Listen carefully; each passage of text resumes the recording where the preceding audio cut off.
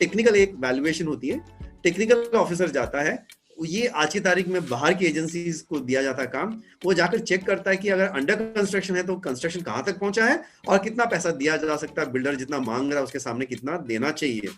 और कितना आपका पैसा आपको रिलीज करना चाहिए। अब ये जब होता है, ये भी कस्टमर के सिग्नेचर के हिसाब से ही होता है, उसके बाद कस्टमर बोलकर ही दिया जाता है।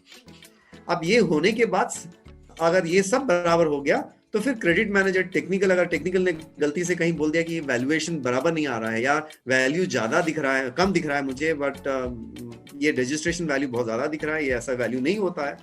तो क्या होगा कि वो एक वैल्यू देगा, उस वैल्यू के हिसाब से आपकी लोन की एलिजिबिलिटी फिर से बदल जाएगी। Right.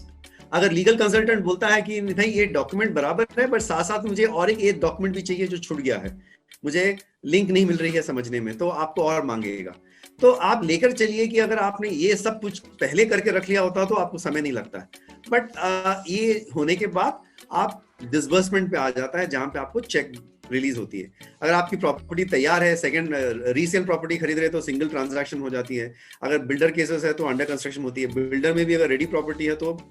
Immediately one single check में मिल जाएगा। अब जब चेक मिलता है, काफी संस्थाएं क्या बोलती है, आप ब्रांच में आइए और ब्रांच में आकर हस्बैंड वाइफ अगर दोनों एप्लीकेंट को एप्लीकेंट है दोनों साथ में साइन करेंगे।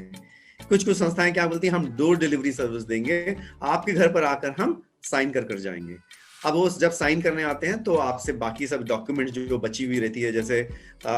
बिल्डर की आपने जो अगर उसको कुछ पेमेंट किया रहता है, पार्ट पेमेंट किया रहता है, जिसको हम अपने लैंग्वेज में कंट्रीब्यूशन बोलते हैं, कस्टम की कंट्रीब्यूशन बोलते हैं, वो उसकी रिसीट मांगते हैं ताकि